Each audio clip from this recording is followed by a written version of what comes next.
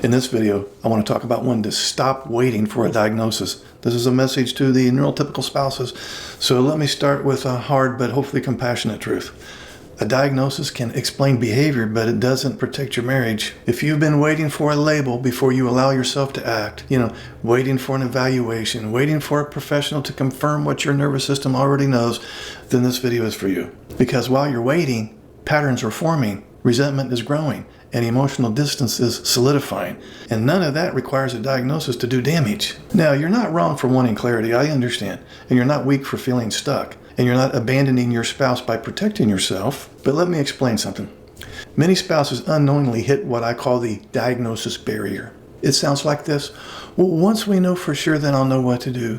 Or I can't change my expectations until it's official. Or if I act now, I might be unfair. But here's the truth most people don't say out loud.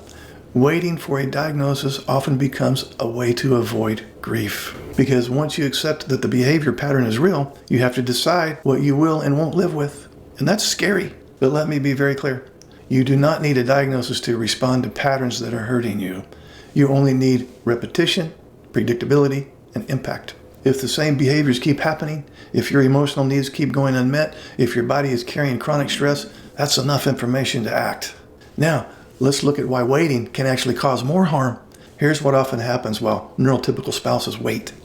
They overfunction to compensate, they explain away emotional neglect, they lower expectations without naming it, and they lose their voice slowly and gently.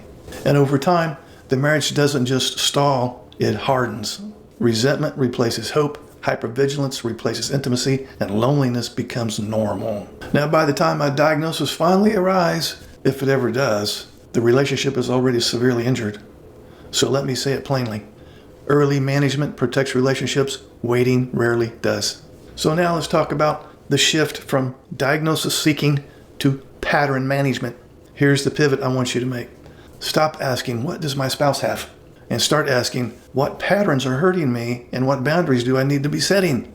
And these management strategies are not punishments. They're structural supports for a relationship under strain. Here's some examples. Clear communication rules, predictable routines, explicit emotional limits, reduced emotional chasing, consequences for repeated harm. You're not diagnosing your spouse. You're managing the marriage reality you're already living in. And this is critical. If a strategy is healthy, respectful, and protective, it's appropriate with or without a label. Let's look at what you're allowed to do without a diagnosis.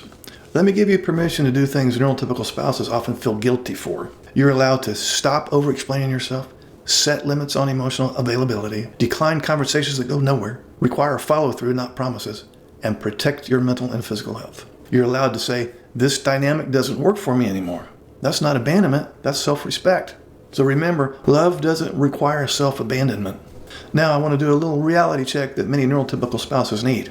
And here's something difficult but freeing. If your ASD spouse or suspected ASD spouse refuses insight, refuses accountability, refuses adaptation, a diagnosis will not suddenly create change. Change comes from willingness, capacity, and consistent effort, not paperwork. So the real question is not, will he get a diagnosis? It's, is there movement, responsibility, and repair? If the answer is no, waiting longer won't make it yes. So let me leave you with this. You're not required to put your life on hold while someone else figures themselves out. You are allowed to respond to patterns, protect your nervous system, adjust expectations, and make decisions based on reality. Clarity is helpful, yes it is, but safety, dignity, and emotional health comes first. Now, if this message resonated with you, you're not alone, and you're not imagining things. You don't need permission to stop waiting. You already have enough information, okay? Now, if this video helped you, like and subscribe, share it with someone who feels stuck, and explore other resources on this channel for spouses navigating complex relationships. You matter, your experience is real, and you are allowed to act now. Would you like to schedule a paid private coaching session? This will be in the form of a face-to-face Zoom call. Underneath any of my videos, you'll see this Calendly link. If you click on that link, it'll open up my calendar. You can pick the available days and times that works for your schedule. You'll get a follow-up email immediately after purchasing a session that will have the Zoom link that coincides with the day and time that you picked. I will get an email too that you scheduled a session, and I will be available on that exact day and time, and we will talk. I look forward to working with you.